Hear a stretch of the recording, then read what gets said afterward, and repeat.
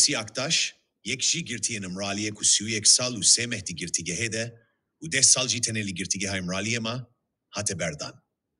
Ligor Çakanyan, Veysi dema gine swandekare endazyariye buye. U tene jiber eve ku gotiye ev kurde, hatiye girtin.